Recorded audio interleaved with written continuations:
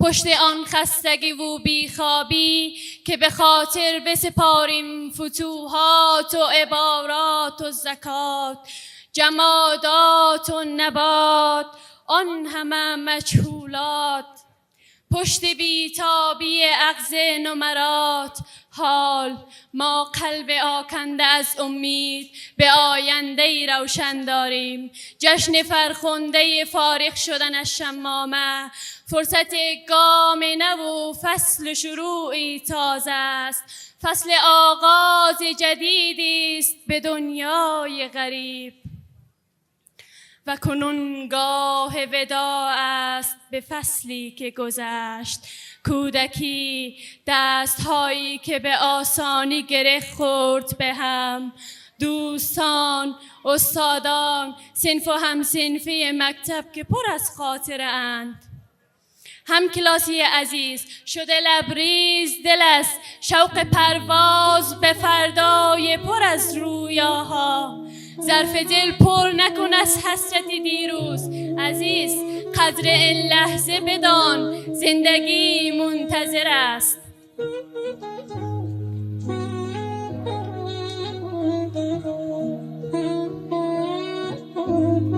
عرض سلام و ادای احترام دارم محضر شما خوبان که محضر مهر هستید و از تبار باران. تشکر و سپاس دارم از همه شما خوبان که با صبر و حوصله‌مندی تا این لحظه با ما بودید و برنامه را دنبال کردید. من فریشته نظری، یکی از فارغان سال تعلیمی 14 سالسه خورشیدی، بنیاد فرهنگی شمامه، نخست وظیفه خود می‌دانم تا پرچم آگاهی، نماد غرور افتخار شمامه را به دست یکی از دانش آموزان لیسه تجربوی گوهرشاد بسپارم تا آنانی که هنوز فارغ نشده‌اند به این پرچم حرمت بگذارند و در سایه آن انسانیت و پیشرفت را تمثیل کنند. ثریا دلیل را تشویق کنید تا در جایگاه تشریف آورده و پرچم را تحویل بگیرد.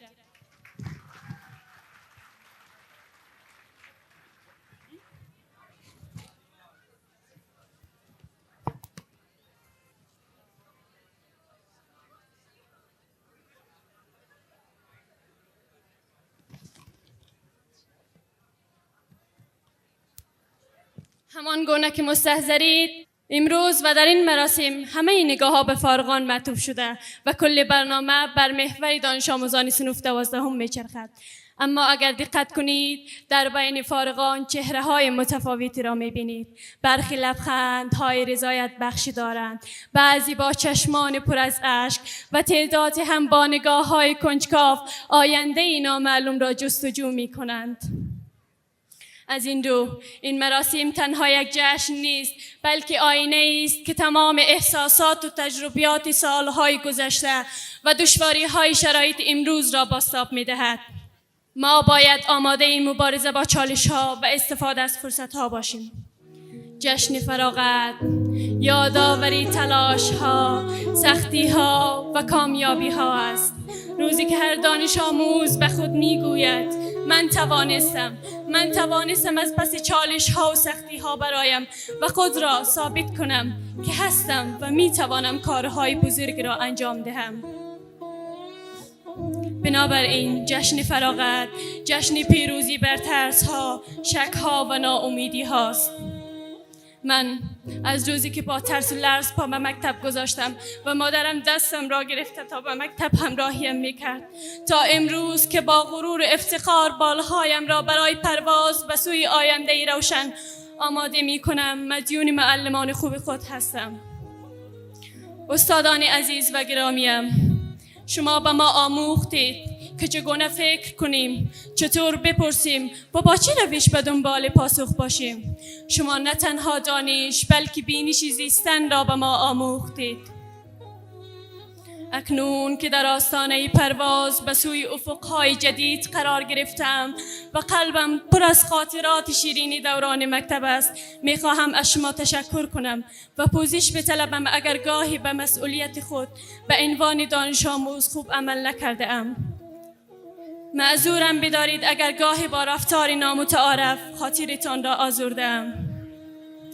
شما خودتان تجربه کرده اید که دوران دانش آموزی و صندلی شاگردی اخلاق و جایگاه خاصی دارد و اگر شما هم در همین سن و سالی که هستید بالای آن بنشینید، اخلاق و رفتاری از خود بروز می دهید که بعداً تعجب می کنید و با آن می خندید. از این دو بر ما ببخشید و زیاد سخت نگیرید.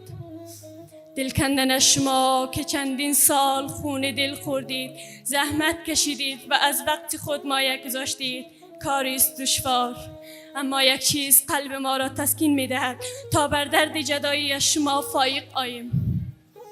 اینکه راهی را که برای ما ترسیم کردید یاد شما را همیشه در دلهای ما زنده نگه خواهد داشت. هم صنفی ها و هم دوره های مهربانم، سالی که به پایان رسید و صنف 12 بودیم، با وجود تمام فشارهای درس و نگرانی های آینده، سالی بود که دوستی ها عمیق‌تر و خاطرات شیرین‌تر شدند و لحظات نابتری را خلق کردند. ما نیک می‌دانیم که فراغت از صنف 12 تنها یک پایان نیست، آغاز فصل جدیدی از زندگی نیز هست، فصلی که با رویاها، آرزوها و چالش‌های جدید همراه است. پایان دوران مکتب آغازی است برای مسیری جدید، مسیری که هر یک از ما و شما باید با شجاعت و متانت در آن قدم بگذاریم. ما و شما از دوران کودکی عبور کرده ایم و اکنون به دوره حساس، پرمخاطره و در عین حال زیبا و فریبنده جوانی رسیده ایم. دیگر باید به زندگی فکر کنیم، اینکه چطور آینده روشنی را برای خود به ارمغان بیاوریم، اینکه چطور بتوانیم دست والدین خود را بگیریم و دین فداکاری ها و ایثارگری های آنان را ادا کنیم. پدر و مادرمان از وقت و عمر و جوانیشان گذشتند تا ما را به این مرحله رساندند. آنان نیز مثل من و تو جوان و نیرومند بودند. باید فکر کنیم جوانی و زیبایی آنان به چه قیمتی از دست رفته است. ثمره آن ما و شماییم. پس مثمر و مفید باشیم و فداکاری های آنان را جبران کنیم.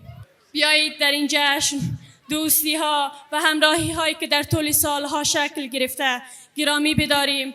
با استفاده از این فرصت از استادان، پدران، مادران و همراهان خود تشکر کنیم. پس برجاست که در این جشن گذشته را گرامی بداریم، حال را با تمام وجود لذت ببریم و آینده را با امید و شجاعت بپذیریم.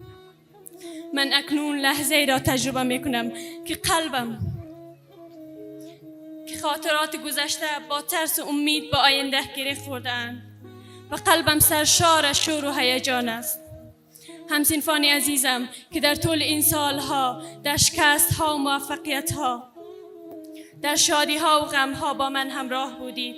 زنگ تفریح، روزهای امتحان، پروژه‌های صنفی، پروسه‌های رقابتی علمی، مسابقات ورزشی، همه با شما رنگ و بوی دیگری داشت. شما بخشی از خاطرات من هستید. امروز قلبم پر از احساسی است وصف ناپذیر. عهد میکنم هر کجا باشم، هر کسی که شوم و به هر سمتی که حرکت کنم، خاطرات شما با من خواهد بود. بهترین تصاویر دوران مکتب با شما رقم خورده. بیایید تا آخرین تصویری زیبا را نیز با هم قاب کنیم و بر دیوار قلبمان بیاویزیم. بیایید تا با هم به استادان خوب و توانمند خود که در بنیاد فرهنگی شما مو سفید کردن ادای احترام کنیم. بیایید به پاس زحمات پدران و مادران عزیز و صاحب تمیز خود سر فرو داریم. بیایید تا همین لحظه را دریابیم و زندگی کنیم. حرف سهراب را همگی به یاد داریم که میگوید زندگی خاطره است، زندگی دیروز است، زندگی امروز است، زندگی تابلوی عکسی است به دیوار اتاق، زندگی رقص دلانگیز خطوط لب توست. زندگی آغازی است که به پایان راهی است، زندگی آمدن و بودن و جاری شدن است، زندگی رفتن خاموش به یک تنهایی است. من و تو می‌دانیم زندگی آمدن است، زندگی بودن و جاری شدن است، زندگی رفتن و از بودن خود دور شدن است. اشک و لبخند همه زندگی است، آمدن زندگی است، بودن و ماندن و دیدن همه یک زندگی است. رفتن و نیست شدن زندگی است، من و تو میدانیم زندگی زندگی است، زندگی زندگی است.